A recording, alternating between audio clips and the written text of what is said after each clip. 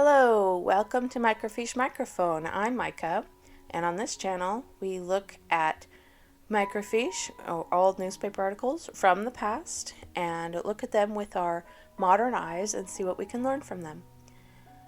This, I have to say, is kind of a turning point for me, because the first newspaper that I downloaded was an entire year's worth of the London Magazine from 1768. And I just had a heyday going through a whole bunch of different articles that I thought would be interesting. Some of them sounded kind of boring, so I skipped those. So I only picked out the articles I thought would be interesting as to the general public. And because of the time it was published and everything, it was kind of pre-Revolutionary War and also talking about the smallpox vaccine. But there were a couple other articles as well. But I thought that was kind of the two main topics. It was smallpox inoculation and the pre-Revolutionary War America. So this is the last article that I had picked out from the original. So it's a little bit bittersweet to me. We have read a total of 22 from that 1 year's magazine. So thank you very much, London Magazine. I loved it. I will definitely be coming back to the London Magazine another time. That's not 1768, but this one article is, as I said, from the London Magazine, October 1768, and it is entitled True Reason of the Mildness of the Smallpox by Inoculation. Once again, smallpox inoculation, it was very much a hot topic of the time. So, considering that they still thought that disease was caused by miasma or bad smells, not by germs, so I'm interested to see what they think is the real reason, quote unquote, that the smallpox inoculation is effective. So let's take a look. Mr. Urban, York, October 16th, 1768. As far as I have observed, there hath been no satisfactory reason offered to the public why the smallpox by inoculation proves almost always more mild and free from danger than when the infection is taken by the natural way. The true one seems indeed to be hinted at by some authors, but not properly explained. And this person's claiming to know it. I'm interested. The foundation on which depends the difference between the natural and artificial smallpox I take to be this: that to whatever sensible part of the body the variolous matter is applied, it there produces a topical inflammation, so that when the infection is taken in the natural way, it is taken in with the air in respiration, and directly carried into contact with the lungs, irritating and producing an inflammation in their tender substance. If the patient be of a strong and robust habit, a peripneumonia is the consequence, independent of the variolous fever. In many cases of the smallpox related by authors, we may observe peripneumonic symptoms, and I believe a fatal consumption hath in some cases carried off the patient. Peripneumonic? I mean, that sounds like a lung issue, because pneumonia is an infection of the lungs. Okay, medicine, obsolete, pneumonia. Okay, good to know. Alright, parapneumonia is just an older term for pneumonia. Alright, yeah, infection of the lungs. Why don't you just say that? But when the disease is caused by inoculation, the variolous matter is applied to an external part, quite free from danger, yet in very irritable habits a smart inflammation and ulceration are sometimes observed, whilst in others the part shall scarce be discolored. The effects of this practice are so beneficial that not one out of some hundreds die, and perhaps 1 out of 100 patients, not above 5 of them, shall have more than 50 pustules each. The infection by inoculation rarely produces any other diseases besides the true variolous fever, whereas by the natural way that inflammation won from the real peripneumonia seems often to be superadded. So I hadn't explained yet because I had mentioned this so many times before in the other articles on smallpox. So at this time it was common to use an inoculation technique that included taking scabs from an infected person grinding them up into a powder and blowing them up people's noses. What this would do is it would give a person a mild case of smallpox, and it would basically inoculate them and keep them from getting full-blown smallpox, which was much more dangerous. However, the inoculation itself had a death rate of between 0.5 and 2%. So up to 1 in 50 would actually die from the resulting disease that they got from the inoculation itself. That's quite high, and they're saying that most people don't even get very many pustules when that happens. So this person is trying to explain why the smallpox infection is so less dangerous after the inoculation than it is compared to getting full-blown smallpox. So they're saying that because you're blowing this powder up your nose, sniffing it, that it doesn't come in direct contact with your lungs, whereas if you catch it by germs, which they didn't even know about at the time, lung particles, then it will go directly into your lungs. It will affect your lungs and give you pneumonia. I'm not sure that's true, but hey, this is what this person thinks. I don't know if they're a doctor or not, but I'm hoping they are. All right, in the natural smallpox, great danger often accrues from a violent affection of the I think they mean infection of the membrana. Schneideriana.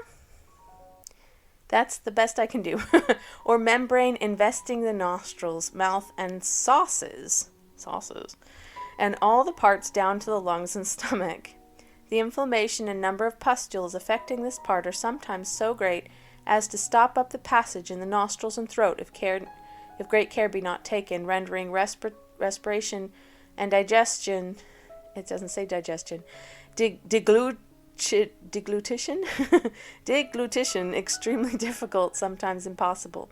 Sorry, I know it's not funny. Okay. So they're saying in full-blown smallpox that people often will get these same pustules not only on their skin, but on the surface of their skin, but also in their mouth and down their throat, which can actually keep them from eating and from breathing properly because the pustules are in the way. All right, that doesn't sound fun at all. I'm really glad this has been eradicated.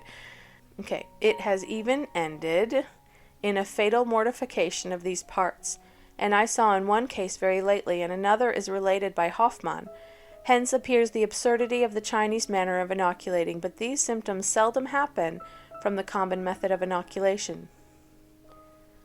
Now I'm confused. Hence appears the absurdity of the Chinese manner of inoculating.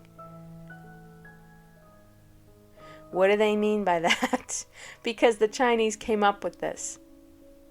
Like, are you going to make fun of them because they came up with it before you did? Because that's kind of crappy. It sounds quite racist the way they word this, because the Chinese came up with inoculation in the first place because smallpox has been around for centuries.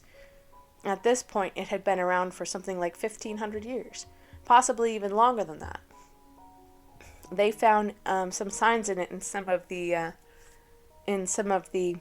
Egyptian mummies. It has been generally thought that the danger is altogether obviated by abstinence from animal food. One more time. It has been generally thought that the danger is altogether obviated by abstinence from animal food and strong fermented liquors, by living for some time before inoculation upon vegetables, and by cleansing the body with purges, especially of the mercurial kind. Oh, that doesn't sound very healthy. So they think that this is very superstitious.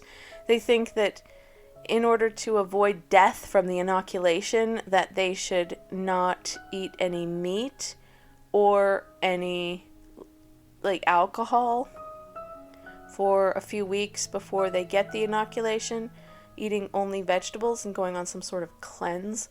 Cleansing the body with purges. Those are enemas, especially of the mercurial kind. Mercurial enemas sounds awful to me, and it sounds like a great way to kill yourself with mercury poisoning. Ugh. The two first are always to be enjoined. Preparatory purges are likewise advisable, but mercurial are not more efficacious, except perhaps in cases of worms, and not always so safe as the milder ones, as to the nostrums, which some pretend to give. Oh, geez, no, it's Latin again. I'm sorry, I hate it when they slip into Latin, because I don't speak Latin. Si vult populus dissipiator. And I'm going to have to look up what that means. W, white. Dude, white. I'm assuming gender. Alright. Let's see what I can do. But he's basically saying don't try the mercury ones because they're not as helpful as other ones, and like the milder ones are better. Like, I don't know if any enemas are really better for this. The people wish to be deceived, let them be deceived, is what it means. So if the people want to be deceived, then let them be deceived. I hate the way they end this. This is awful. Anyway, I'm glad they at least say don't use the mercury ones. Do not use the mercurial enemas. Okay? I don't recommend that to anyone ever, anywhere in the world.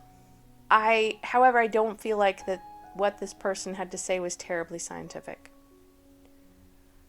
I don't feel like their observations were based on empirical observation. It was more like, oh yeah, I saw this one once, you know.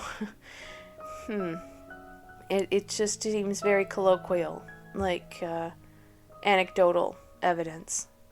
And it also feels like this person may not be a doctor. Like, it's a good theory as to like why the inoculation produces a milder case than full-blown, but it doesn't really feel like their claims were backed up by any kind of statistics or science of any kind. It doesn't sound very empirical. It sounds extremely subjective opinion. So I will say that is an interesting opinion. And I think it's interesting that we have learned so much by looking back and viewing the past from the eyes of those who lived it.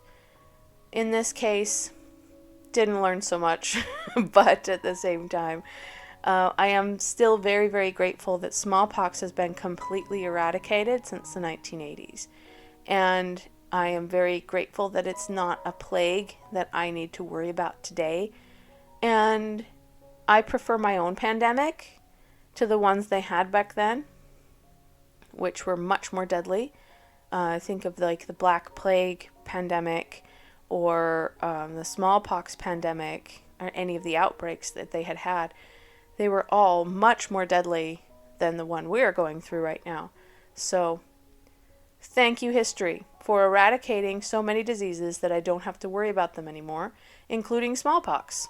So all thanks to the inoculation and later the vaccination against smallpox. So thank you very much, history, and all doctors of the past who worked so hard to help us be healthy today. I hope you enjoyed this Microfiche time capsule. I'm Micah once again. And we will be starting up a new newspaper very shortly. I'm interested to see what sort of fun articles we'll find from there. If we have just as many as this one, or if we have more, if we have less, or if they're just interesting in a different way. But we will be moving on to a different era of history. And let me know in the comments below what era you would like me to cover, if there's any particular newspaper you would like me to cover, or any specific topic. I am all ears. And I'll see you in the next video.